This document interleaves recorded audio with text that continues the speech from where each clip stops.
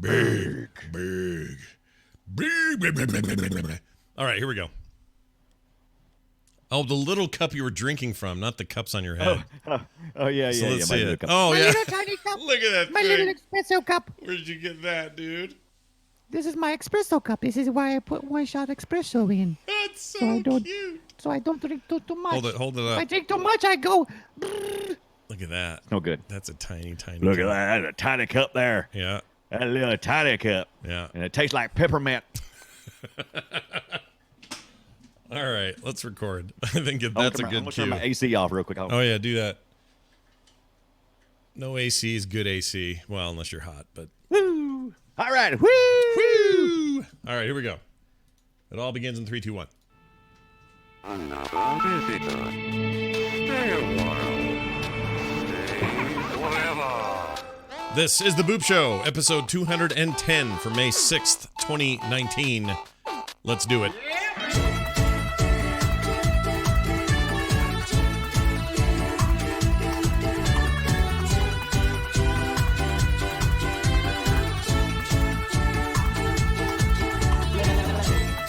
What are you wearing? It's like a t-shirt and a...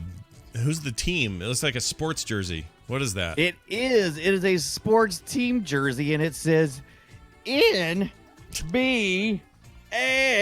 Oh, like the National Basketball Association. There you go. Okay. Yeah, I went out and worked out for a little bit at the gym Ah, look at you. so that I could dance around. Committed to fitness every day. Well, you know, Scott's trying to get skinny. I Yeah. can't let that happen. Yeah, if I'm gonna get skinny, y'all better do it too. And I Okay. already I'm tall enough where you can't even tell how fat I am, but I'm gonna lose it all. And then you're gonna be like, whoa, where do his arms even end? I'm gonna be a big freaky spider monster. which is When he very turns exciting. this side, he looks like Paper Mario. Oh, don't remind me of that game. I love that game. Hey, it's the Boop Show. That's Brian Dunaway. I'm Scott Johnson, and we're going to talk about video games today. We got a lot to discuss. Well, about the normal amount, things we always discuss, so it's not too crazy. No, we got lots. We got more than it's bigger than bigger. It's bigger. It's bigger and It's better. bigger and better than ever before. Let's really raise their expectations high. Yeah, totally should. Oh, by the way, if you have questions, you should always put those in the Discord. Oh yeah, I would do that. I would put them in the Discord. For example, if you want to get in, you're like, Discord, what Discord? All you got to do is go to the website, frogpants.com/boop, and at that website, you'll find a link that will send you on in to the business, okay? So you'll be all set. Okay, for some reason, this isn't working. Hold on. Why is that? Okay. Nah, it's working. Yeah, so go do that. The frogpants.com/boop, B-O-O-P, and you'll find a link to the Discord. It's like a permanent invite, and you're welcome to go there. Brian, I've been playing a little game. I'd like to tell you. Oh, about a little game. Oh, yeah. I may have mentioned it before. I don't know. But if I did, it would have been while it was in early access, and now it's in full release. And the game is called For the King. For the King. The King. All right. So the best way I can describe this is procedurally randomized turn-based game in the vein of Dungeons and Dragons, but a little bit more real-time and it's doing the dice rolls for you. But it's very reminiscent of D&D. You have a number of ways to play. The only mode I've played in so far, there's like 5 modes or something. The 2 modes I've tried, and the main one I've played is the first one, which is called For the King, and you got to do this whole story mode thing. And then there's this dungeon, I forgot what dungeon something mode where you're just trying to find these dungeons, get through all the creatures in them, and then steal whatever the thing is at the end. And then once you get 5 of them, you clear it. And it's always different, always new sets of dungeons, and they're always in new places. But I'll give you the overview here. You start in an overworld. What? Yeah. On that overworld is this hexagon-based grid system, and it's sort of laid out on top of mountains and trees and little huts and buildings, and there's cloud cover that basically creates a kind of fog of war, and as you get deeper in, the clouds disappear so you can see what's going on. And you have 3 characters that you do every run with. You can do these solo or co-op. I have not tried it co-op, even though I got a couple of friends with it. I should probably try to do it with them sometime. and each one has their own travel. So you basically roll. There's a dice roll that happens for you that tells you how many spaces you can move. You move those spaces. If you have an encounter in those spaces, you might opt to sneak past them, or you might opt to try to ambush them and get the upper hand, which means you'll start the fight and they won't. Or you'll just full-on fight. That is also a dice roll. So if you said, I want to ambush them, you get a chance to roll dice. You don't roll these dice. They just happen. The dice rolls. Right. And then it says whether you're successful or not. If you're successful, then you get that advantage. You can also apply to any roll before the roll happens. You can apply with your right click on your mouse, and it's also controller enabled, but I don't know what the controls are for it. You can add these, now I forgot the name of them. Something points. Something points, space points, for the king points. Special points. Shit. P points. I don't remember that. Something like that. You apply your points, and those can be regenerated in various ways, but they're good to spend. They will basically just give you, let's say it's a 4 dice roll, right? And you kind of have a binary chance of getting, it's like 50-50 per dice. It's not like a D20 or something like that. It's basically you have 3 dice, and when they roll, if you roll 2 but one doesn't make it, your attack will be okay but not great. If you get all 3, you might crit and do even more damage. If you just get 1, you're going to miss probably. If you get 0, you're absolutely going to miss. So it's that kind of thing.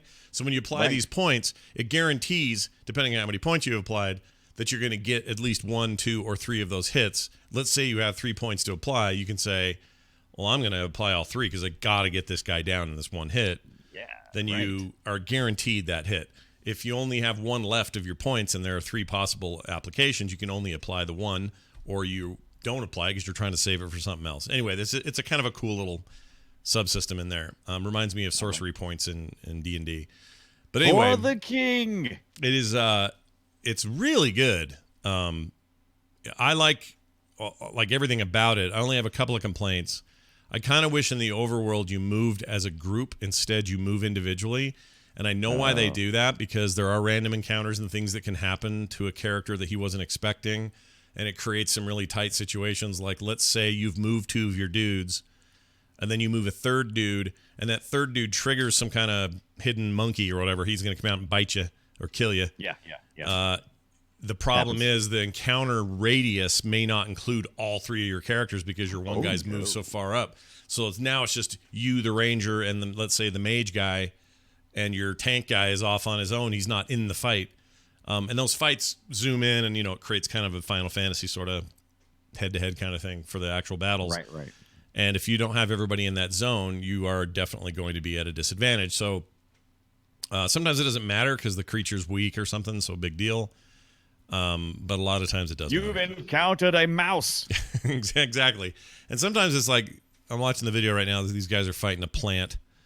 And these plant creatures are pretty easy to take down. They also have attributes. So if fighting the plant, so are you telling me these guys are like on some hallucinogenic drugs, maybe? Negative. No. In Negative? fact, no. They're on one of your explorers has eaten magic mushrooms, and now you must fight the plants.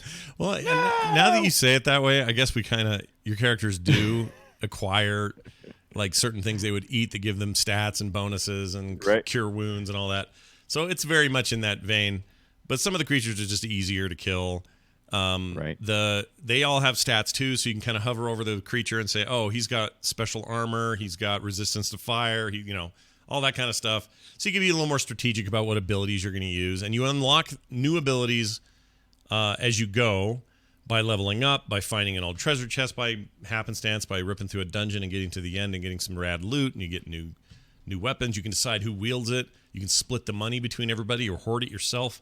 Like, there's a bunch of stuff you can do. And this looks pretty deep, really. It's a lot deeper than you think, but they've also made it very, very presentable and easy to get into. Like, this is not it's gorgeous. Yeah, it's a pretty game. It's this kind of chunky, low poly thing that's popular right now. Kind of reminds me of Armello with the color styling and stuff. Not necessarily the low polygon count, but yeah, very much visually. So. Yeah, and also the kind of that grid thing and all that. Yeah, hexagon grid. I think it's cool. I found myself super dragged into this. And I played it when it was in early access, and I liked it just fine. But then it came out in a full release, and I think they really made a nice polished product, and it's totally worth it. And very popular. People like it, highly regarded. Yeah. Very, very positive. Just came out April the 19th.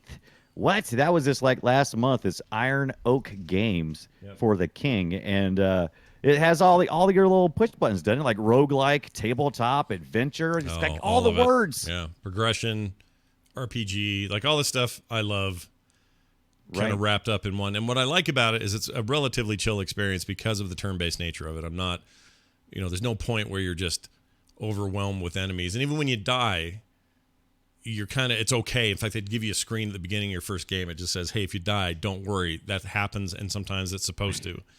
Like, the fun is getting back in and going for it. Yeah.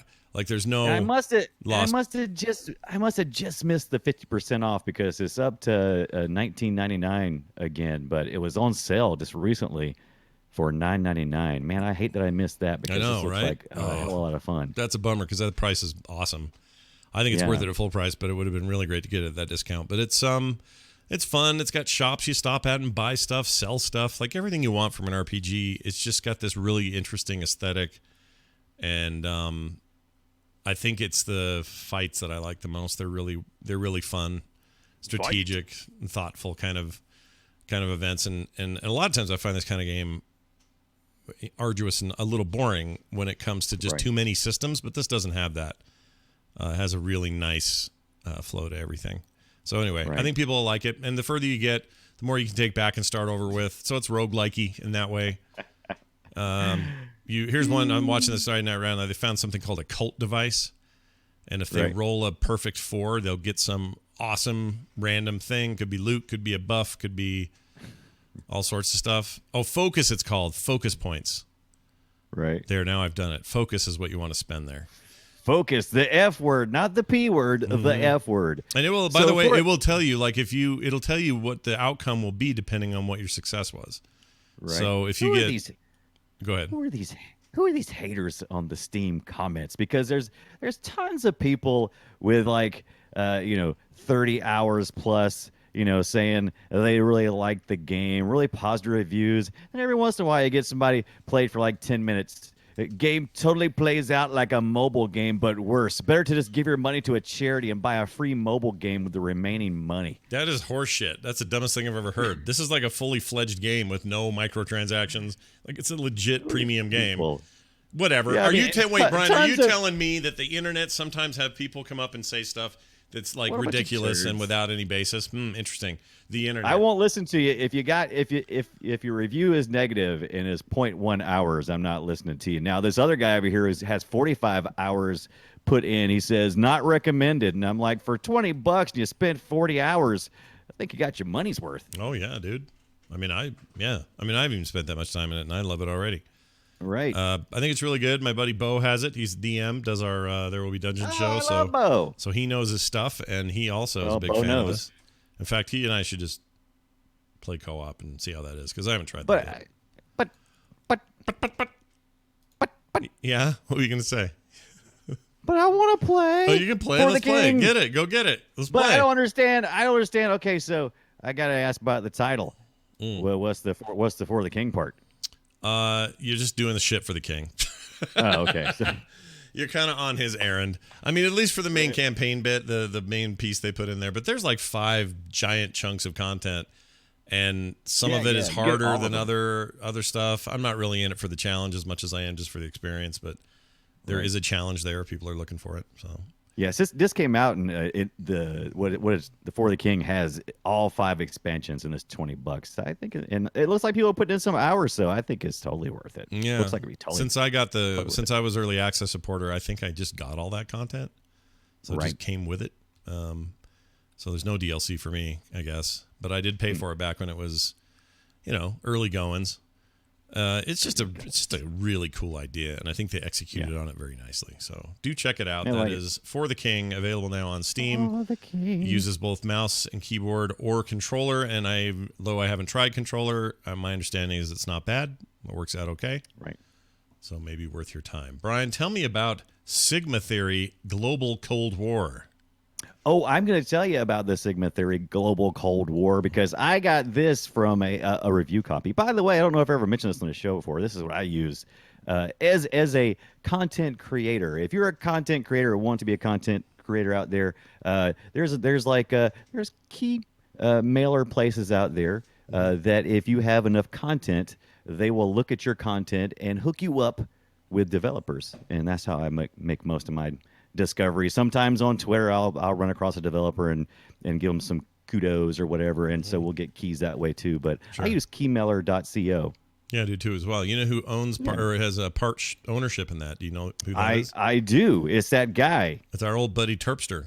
That's right. Has some sort of ownership in Keymailer. I forget how much or what his role is, but that's a cool. Right. They're a cool service. And they're legit. They're not like fly by night and weird like some of those are. They really are. And I've gotten turned down for plenty of keys. You can request a key, get turned down. No big deal. Don't take it personal. You're just not the fit for them. Yeah.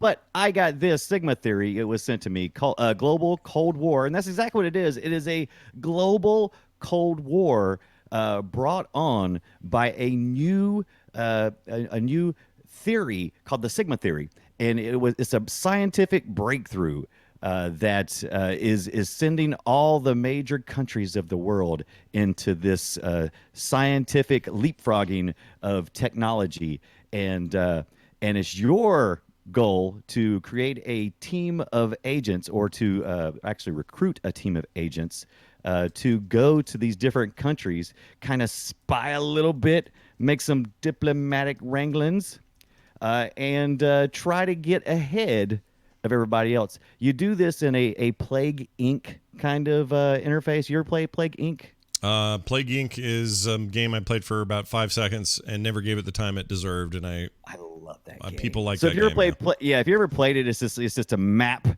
and you're just, your time is just going forward, and you're trying to keep from infecting the whole world. The same kind of thing here. You're trying to send your agents into these different countries in a very simple click kind of mode. This would make a great mobile game. Yeah. But I played it on the PC. And you'll pick a country, like I say my country of origin is United States, and I decide that I want to go peep and scope out what Russia is doing. I may send one of my highly trained, recruited agents over to Russia and gather some intel, some recon.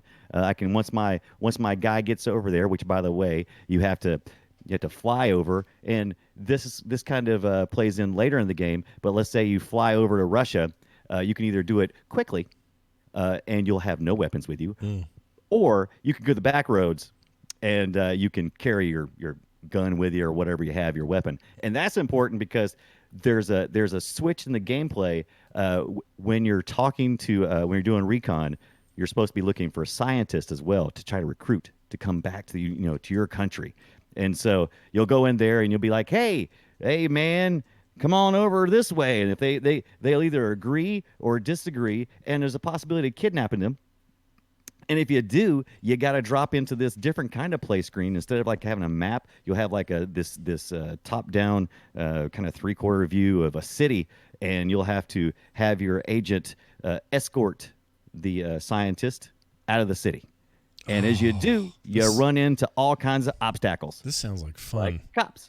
Yeah. Oh, it's a lot of fun. Sigma Theory, Global Cold War. And so it's pretty deep. It looks very simple on the surface. It's just like, oh, yeah, big deal. You get some agents.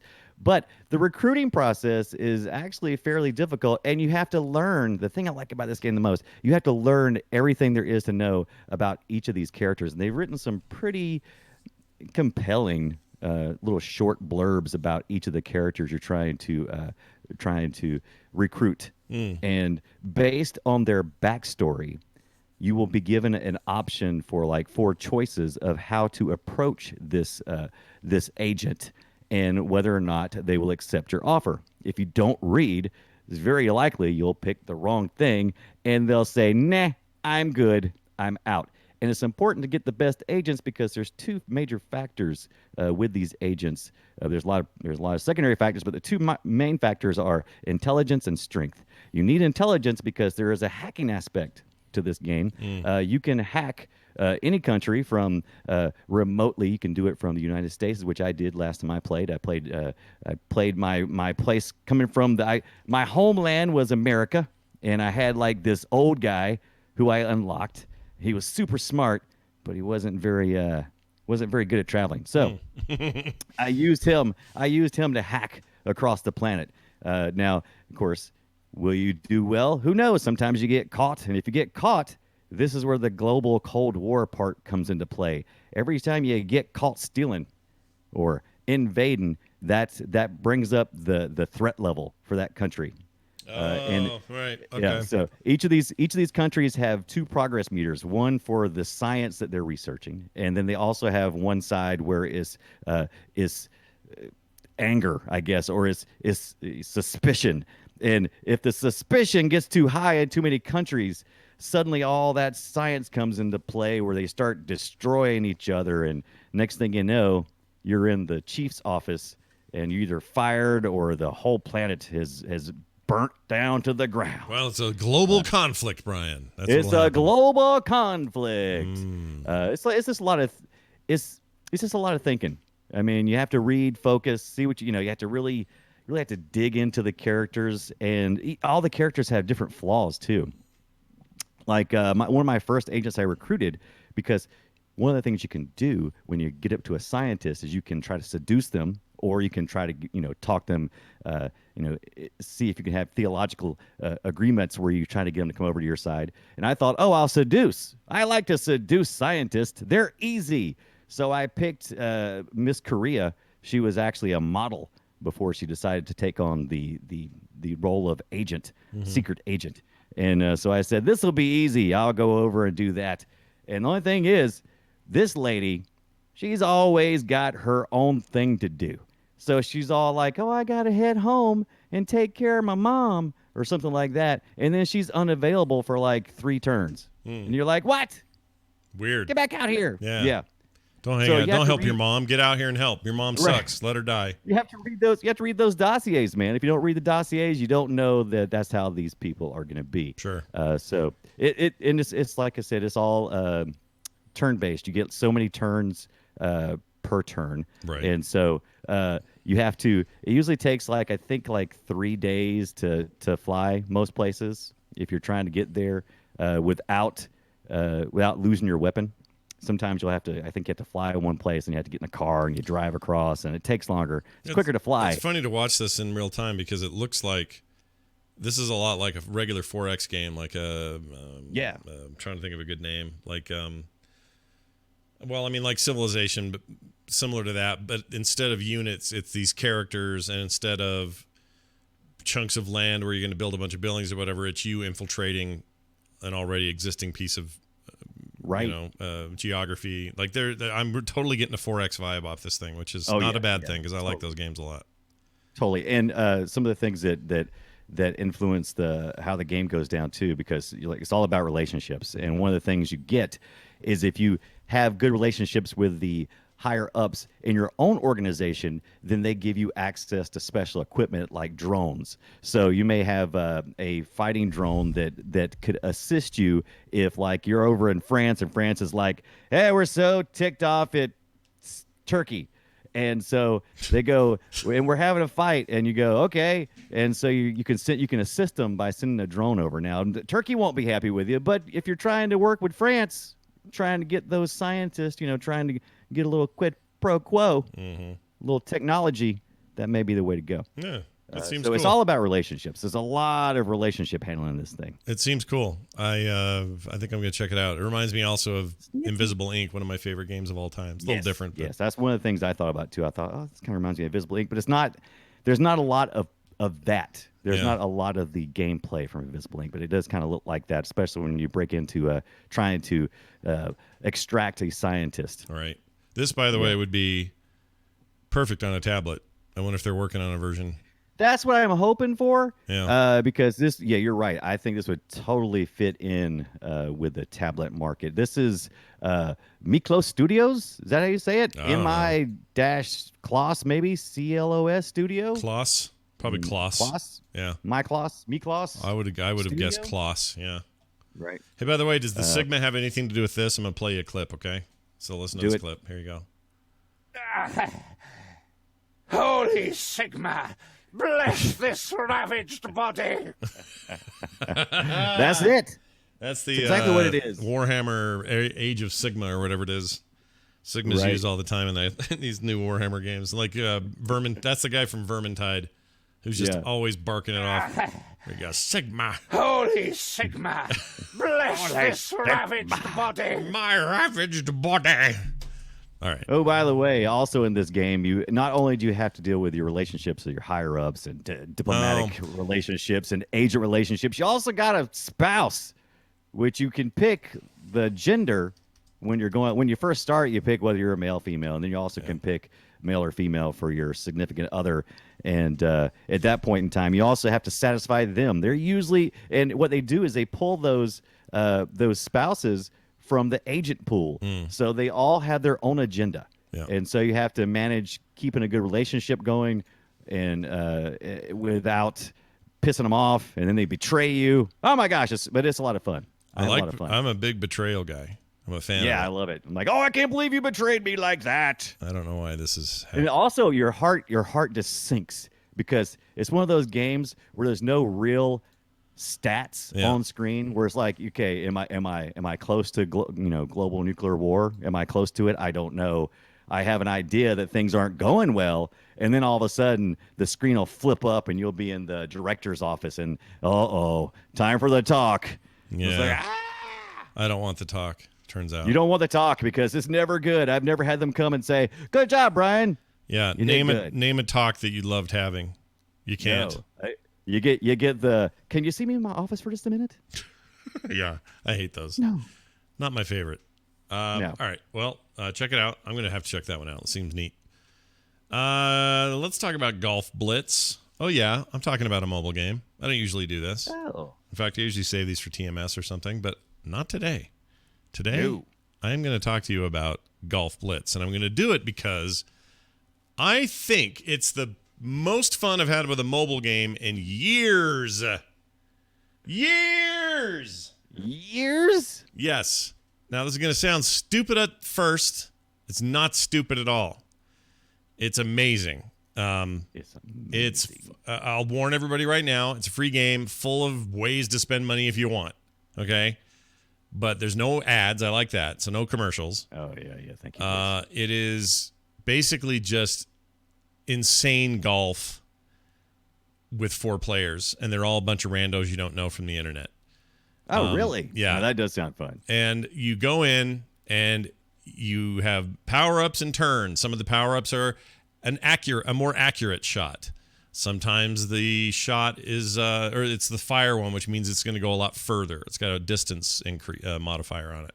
Sometimes it has a little sticky ability to it, like it'll stick to something. Sometimes it's, the other one's like a speed one, so it'll just go faster in general. The goal is you try to get the hole before anyone else. It's basically a race. And the map, the one I'm showing in the chat right now, is not very indicative of most of the game. The thing you're looking at right now looks insane. Most of them aren't this crazy. And also, it's always 4 players now. It's never 2.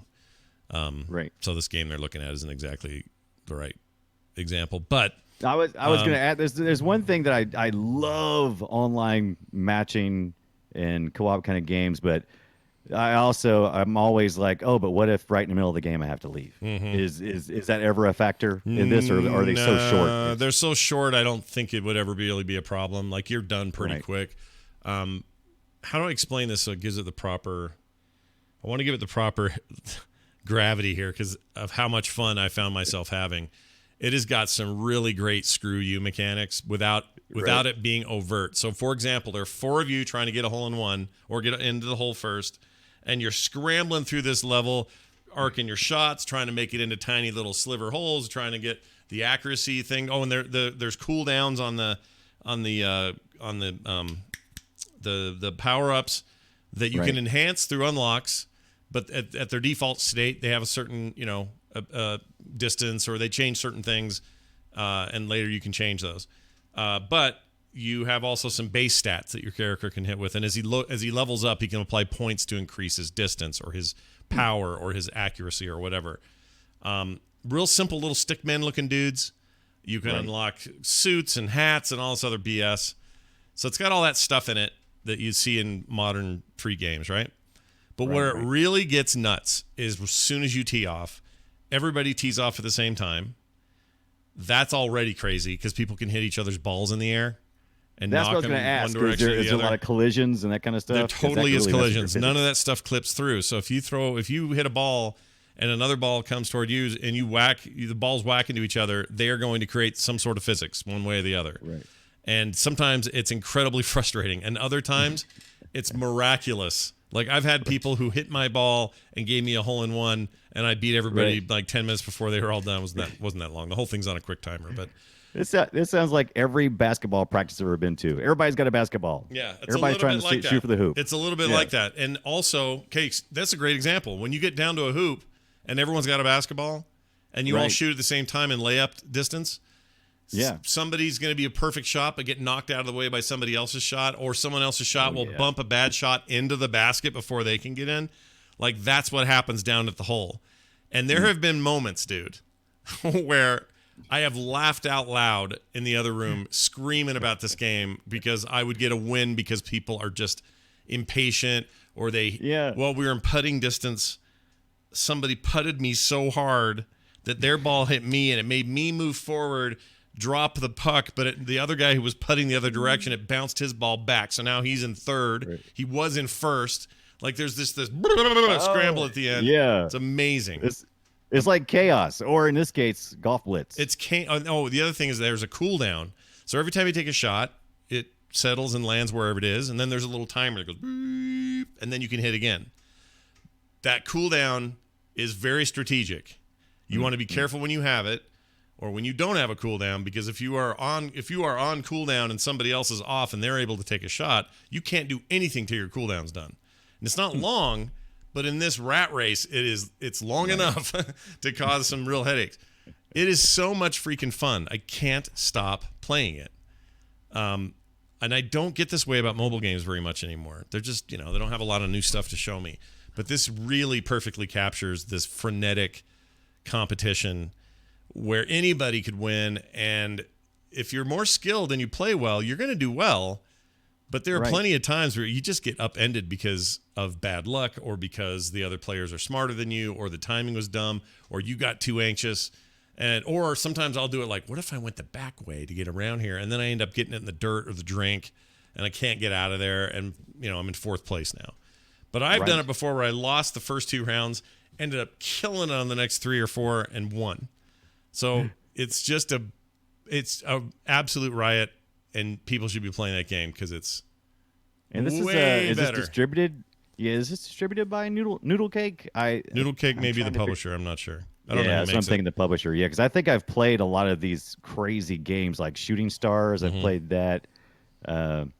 Oh man, yeah. This it seems like there's always these crazy game mechanics that just seem to be a lot of fun. Golf Blitz always sounds like fun though. Golf Blitz is I tell you, man, golf is always fun. There's something about it. There's a kind of a worms quality to it. Yeah, no, play it's fun.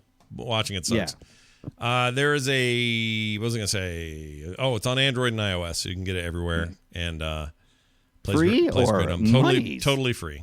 So free monies. And you can spend money in there. Like at some point I went, you know what? I like this game. And I played enough rounds and laughed so hard that I threw $2 at them for their little intro package, which gave me a bunch of gems. $2. Yeah. You made me laugh. Here's $2. I feel like doing that. So anyway, y'all need to play it. It's called Golf Blitz. You all have a phone. It's available on your phone, so get it. It's on your phone now. Now, are you said it you said it randomly picks people. Does it ever randomly pick people from your friends list, or is it no? So the way it works is there is a way further down into the game, if you're getting really hardcore, where you can have enough currency to buy the right to have like a team or a clan, and then team. I think that team still competes separately. It just adds up to a team score, and you get benefits for that. But I haven't messed with that at all because it's like way out of my gem range currently. It's for people who have played a lot. And the level I showed the chat room was like way deep into this game. It's ridiculous. They start changing like what gravity is and how it works. Like a lot of weird stuff late game just to keep the challenge going, right? Early on, the first 4 zones are all pretty straightforward. Like, the courses they're not insane. Like you can do them. They get pretty insane later, and you don't have to worry about those for a long time. And by the time you got to those, you're getting better anyway. But it is just the most ridiculous, stupid fun, very fast, quick games, in and out. And here's the other thing. It's very popular. And as a result, there is zero wait for me to get in. I get in, boop, it's populated with 4 players. We're off and running. There's no wait. There's no load times. There's nothing. You just play, get out, play again, get out, play again. Go open a couple of packs, see what you get. I don't think you have to spend a dime on this game. Honestly, I did it just because I wanted to throw some cash at a game that's already given me at least $2 of good fun. So, for another $1, you could have gotten the starter pack. Jeez, Scott. I know, right? It's pretty crazy. Someone in the chat asked if we talked about the Riot Games thing. Not yet. I'm a little out of my lane on what's going on. I know that they're talking about a walkout, and it's based on a whole bunch of factors. I know people at Riot, and was just texting with one right before the show. Trying to make sure he's good, and seems like he's all right. Obviously I can't say what we talked about because that would be weird, but I don't know enough about the complaints to really weigh in too heavily on this, except just to say we are definitely in a cycle of developers having to face real issues like crunch time, like diversity in the market or in the workplace, like discrimination, too long hours. But admitting to the problem is the first step, and of course, on the other end, I think it'll all be better in the end. Now, it's gonna be some tough times. People make some sacrifices. Yeah, some bad things are gonna happen. But I'm not. The irony is not lost on me that they're basically asking to riot. Yeah, right. It's pretty good. Riot! But also, I don't think they're that different than a lot of studios right now. I think there's just kind of things are weird at Blizzard, things are weird at Activision, things are weird at EA. Crunch time's like a big issue right now. Crunch hours, like people just finding work-life balance. Like the industry's got some issues, and we're hurtling toward a point where they're going to have to start making some decisions. Some kind of arbitration with like possibly union-like things. Maybe not. Maybe that's a bad idea. I'm not advocating or anything for any of these. I'm just saying we're just having a moment, and Riot is definitely having their moment today. Their stuff's not about crunch, but I'm just talking about the industry and right. There's a lot of unrest in the game developer area, but it's good because we're getting a peek behind what's going on, because this was just happening behind the scenes, and us as gamers weren't really seeing it because everybody was afraid to say anything. It's such a competitive market. That's a big part of it, but also we're just at a saturation level. Like we're at the point where this is bigger than any other entertainment platform, and as a result, you gotta get all your shit together. It's just one of those things, man. Anyway, also I just want to make a quick mention. There's this game on Steam called Himno. Have you heard of this? Himno. Himno. It's free. I have seen this. Himno, it's some dude made it, and he said he made it just so he could chill. It's this procedurally generated game where you're this little dude who's just like traversing all these levels. He has a sword, but he doesn't really use it. And the music's really cool, and it's just really mellow. You don't kill anybody. It's hard to explain, but I did want to give a shout out to it because it's interesting to say the least, and definitely worth picking up as it's free. And people should give it a shot. It's a very odd thing. Himno. I saw it too, and I was interested in playing. I just didn't get a chance to. Yeah, it's very, very weird. It looks very chill though. That's a good thing. And you played a little Rayman on your PS1 Classic. How'd that go for you? I did. I played a little Rayman on my PS Classic. I went a little further in than I did last time. I recorded a little bit of my game footage. Also, I did play Westerado, which we didn't talk about. Oh, Westerado's great. I know, and I figured I wouldn't talk too much about it because I didn't get a lot of playtime with it, but I did get to peek in. This was on the Game Pass, and Westerado Double Barrel is a 8-bit pew shoot 'em up kind of game that is just oddly beautiful. It's basically a Zelda game, gameplay wise. It really is. It really is, and some of the things feel kind of hinky because, when you first wake up, you're like in the bed. And which is fine, and you got your cowboy hat on, and that's odd. But then you get out of the bed, you think, oh, well, he's gonna walk out of the bed. Then you realize, no, it's just kind of like opaque, and you can kind of just see he's just standing behind the bed. So he when you get in the bed, you just kind of walk over top of it. It's kind of it's almost kind of Atari-ish. Very Atari, or maybe Intellivision-ish. Intellivision would be a good comparison. But man, I don't know. It's just it's the story, which is not like, oh, look at this great story. I've never seen a Western where somebody's family gets killed by some bandits and they have to go on a quest to find them. Never seen this before. But it still just is, for some reason, between the music, the atmosphere, the weird 8-bit lighting, which I'm like, wow, this is, because it's not really true 8-bit because the color palette's too deep. But, the blocks are like 8-bit. And it's just, oh, man, I'm having a blast with that, trying to find the guy that killed your family, and how you do that as you go and you perform quests, like a little Zelda type quest for the town. You get a little more information each time about the bad guy. And, it's like, oh, he's wearing a hat. Okay, cool. Oh, and it's a thin brim hat. Oh, interesting. And then you find out he's got a small belt buckle. And so it's almost like Clue in that case. It's like it was the fat guy with the tiny hat and the small belt buckle at my house. And so I'm trying to locate him. And you can walk up to all the randos. You can talk to everybody. You can talk to everybody. If you walk up to them, and there's usually a choice of questions to dialogue, and then almost always there's an option to go, I know what you did. You killed my family, and you can threaten them. And of course, most people just kind of go like, what? Get out of here, you crazy. And I'm still waiting to run into the guy who killed my paw. My ma, actually, didn't kill my paw. I don't even know if I even have a paw. I have an uncle, but no paw. Maybe that comes out later. Maybe your uncle is your paw. Might be. That's a good point. The thing I did like about the game, though, is the health system. Yeah. The health system is interesting because you got guns, of course, Old West. If you randomly pull your gun out in any place where and there's always people walking around, if you randomly pull it out, everybody else will pull out a gun too. Now nobody starts shooting unless you've done something wrong. I did something wrong, Scott. Unless you've done something wrong, and like how you said that. I done something wrong, Scott. I headed into the Westerado saloon. I headed into the saloon. Yeah. And on request by a poor lady who had sent me after her drunk husband, said, I need him to come home. Can you bring him home? And I was like, sure, no problem. Yeah.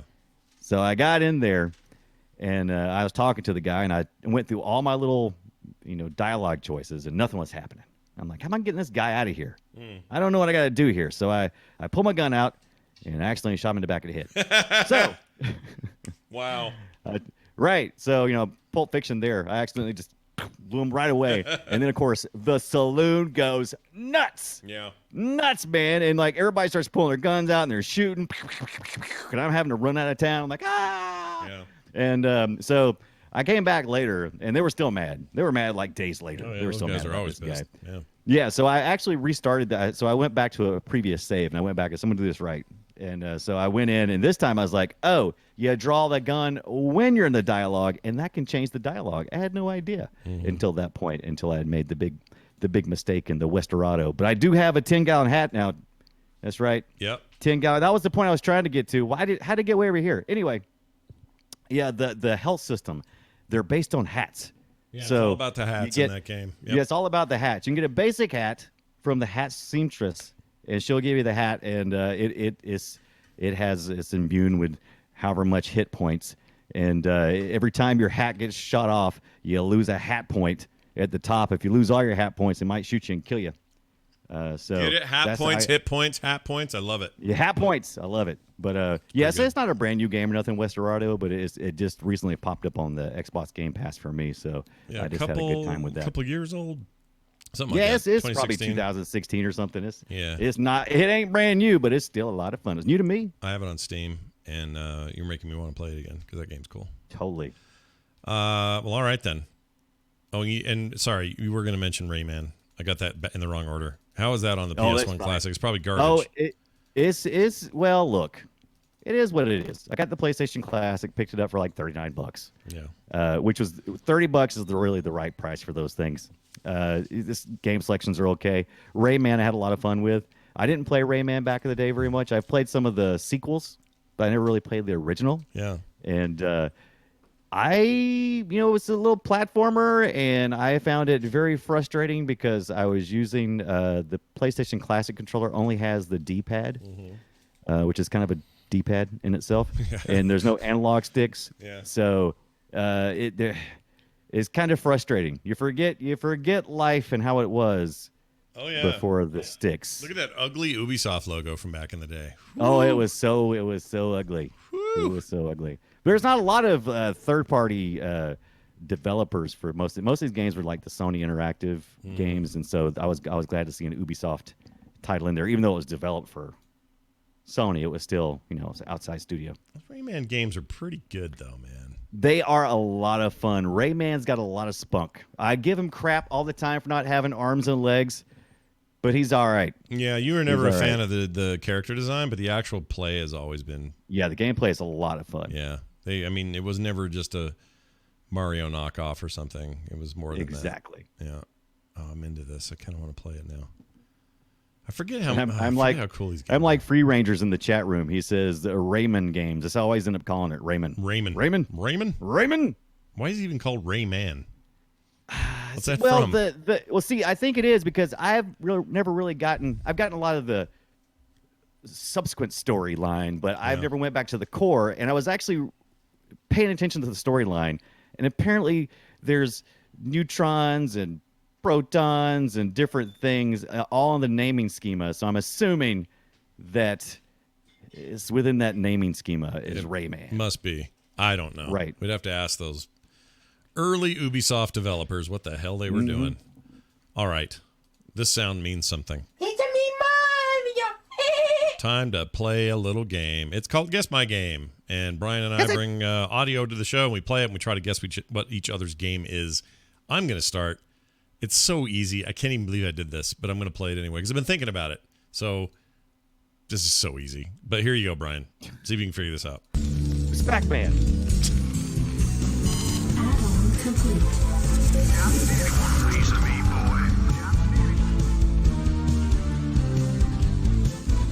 Any guesses? No, play it again. I didn't get much of it.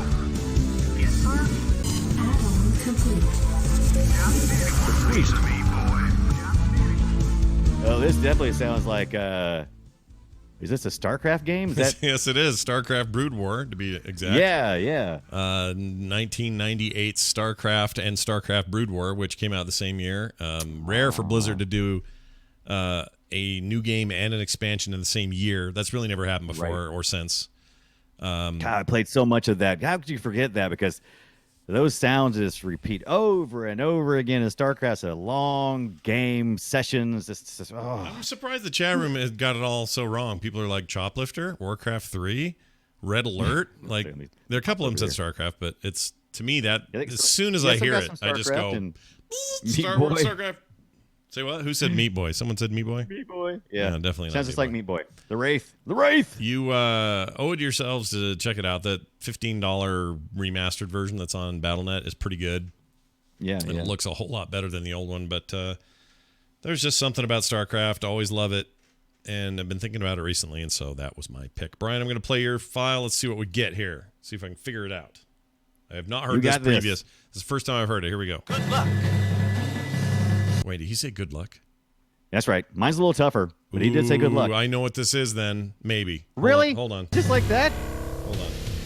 That's really familiar. Yeah. If you walked into any Chuck E. Cheese, this game was in constant loop and always somebody playing it. Arcade game. Every Chuck E. Cheese I ever went to. Hold on, is this... It's not Commando. No. Hold on, But it does kind of have a Commando sound to it. This isn't...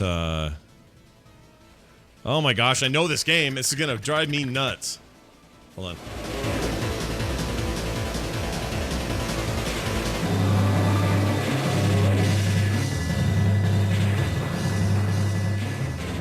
And that's so much sound. I don't so know. much sound going on. I can't think of it, but I think I know this. Was it one of the shooter gun like games? It was a light gun. That's right, because you could tell from the that constant shooting. And you're driving a car. No, it's not House of the Dead. No. So you're driving a car. You got your light gun. Newman's there. Newman. Oh, Jurassic Park. Yeah, Jurassic Park. Jurassic Park. Oh, okay. I knew it was a light gun game. I just could not get my head around what. That's insane. Man. I remember. Yeah, Chuck E. Cheese did have those. Yeah, Showbiz Pizza or whatever. I think it was Chuck E. Cheese though. Yeah. Didn't they end up buying each other? And they were. Yeah, Chuck E. Cheese bought the other. I believe that's how that went down. Yeah. You ever seen that documentary on the band? Oh yeah, the Bear Band. It's crazy. Yeah, that's interesting. That crazy whole stuff. we got a lot of close knit stuff going on with Nolan Bushnell because he was born here, went to the University of Utah, hired Steve Jobs at one point. Like Atari's got some thick roots in Utah, and so everything that happened with that with Chuck E. Cheese later, like it was ground zero around here, and we all just were fascinated by it at the time. Chuck E. Cheese. Do you go to Peter Piper Pizzas? Peter Piper Pizza? No, Peter Piper pizzas we didn't have. I don't think. I remember hearing about them, but we had Godfather pizza, and that was bad pizza. Oh yeah, it's poor pizza. Oh yeah, it's not good. I've had Godfather. I agree with you. I wonder if anybody out there liked the Godfather's pizza because I'm with you. I was not a fan. It was different. Thermos Jack reminding us of a clip from a Film Sack film. I'll play it now. Hold on. This is really good. I'm glad he brought this up. There you go. Jackie Chan in, I believe, Drunken Master 2. Here you go. Here's a Peter Piper playing the flute. The flute. He's so adorable. I just want to hug Jackie Chan. Yeah. So all right. That was that, and that's fun. We were like doing that a lot, so we'll do that again sometime soon. But now, there's this. Let's get into an email. The game that came from Jamie. Jamie, we know Jamie. He's the TMS mashups guy. He does a lot of cool mashup stuff. Jamie. Once in a while, a little mashup material come out of the Boop Show and into TMS mashups, which is kind of fun to watch. So anyway, he knows what we'll get today. But he says this: Hello, Scott and Brian. What are your thoughts on Apple Arcade? I know not much is known about it. However, I have been closely following the developers of Oceanhorn, and can say for certain that Oceanhorn 2, Knights of the Lost Realm, will be an exclusive title releasing on Apple Arcade this fall. I first learned about Oceanhorn from Brian on App Slappy, and have loved it ever since. I will likely go in on this, if only to get some sequel goodness. Any chance either of you will take the plunge for this title? Boopity boop. Well, Jamie, I'm with you. They seem to be curating some really cool games with these exclusives. Like, it's not just spaghetti at the wall, so that makes it interesting. I still don't know how I feel about a subscription service that's for mostly mobile type use. I know it can be used on Apple TVs and stuff like that, but I'm not a giant fan of that idea because I really want controllers and stuff. And I know I can get MiFi controllers. I know all that stuff's possible, blah, blah, blah. But as far as just like out of the gate, like, we'll see. I need this to come out and see it, but I will tell you this. I will probably, at the very least, do it for as long as I can play Oceanhorn 2, because that first game was amazing. Yeah. And the new one looks good. It looks real good. So it's an interesting thing, what they're doing there. Right. It's definitely not, it's easy to hear something Apple's doing and just poo-poo it out of hand, but I actually think this has some serious merit to it. And we'll have. And the good news is all these services are very low investment and quit anytime and that kind of stuff. So yeah, I think, and also gone are the days where the only way to cancel Xbox Live is to call India at 3:00 in the morning and do it. Like, I had the worst experiences back in the day trying to cancel Live.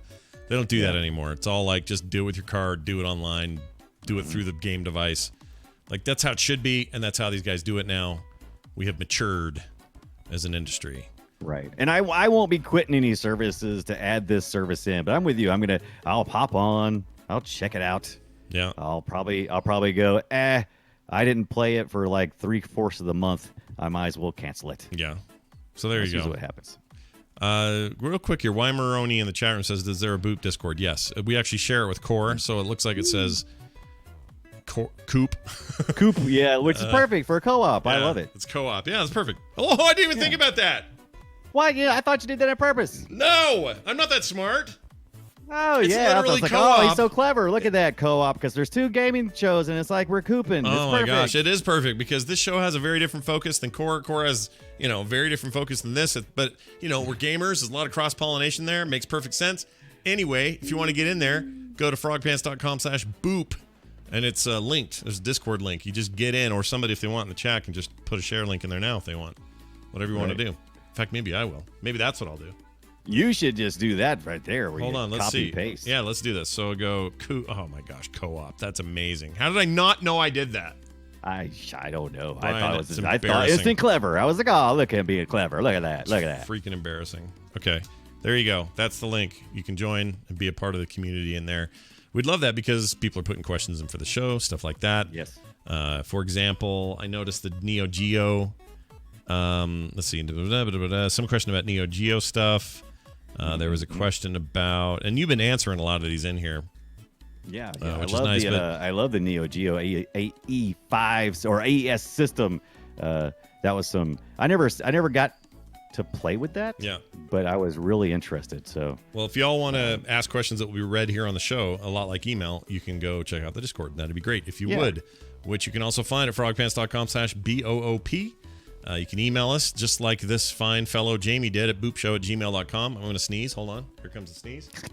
It's a big one. I can feel it. There it is. Good Lord. My sinuses are out on the outside. Not really. You can leave us voicemails too. 801-471-0462. That's 801-471-0462. And find us on the Twitters at Boop Show, at the Brian Dunaway, and at Scott Johnson. Our Reddit is at boopshow.reddit.com. All right, if you stick around, chat room, we're giving away some codes today. Codes. Video game codes. So hang around for that. We'll be doing that shortly.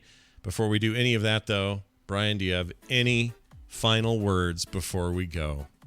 Hey, man, I went to keymailer.co and they sent me some more codes this week. I'm looking forward to playing some more video games. Yeah, video games.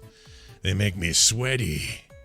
I don't know how you're playing video games. They don't make me sweaty. No, They make me naked in a crave room pizza with no air and ventilation. Mountain Dew. That's how I do it. No ventilation and naked. That's how I play. You ever done that? You ever played video games with when the air conditioning is out? That's like the most miserable It's thing pretty you want bad. to do in the world. It's pretty bad. Horrible. Yeah, absolutely. Also, big. Oh no, we were here last Monday, weren't we? Never mind. I was going to say thanks for Vegas, but we've already been home long enough to do 2 shows. Weird. All right, that's it. Thank you all for listening. Thank you for being here. Have a great week in your own little video gaming world between now and then. Until next Monday, we'll see you then.